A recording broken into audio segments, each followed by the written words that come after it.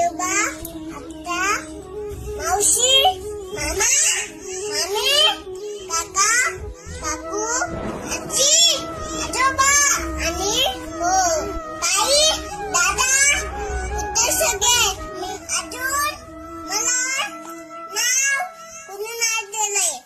शेवटी आई बापांनी ओ दिले मला. चला तर मग लागा तयारीला. भरा तुमच्या बॅग. हा सोहळा तुमच्या आशीर्वादाशिवाय कसा रंगणार. द्यायचं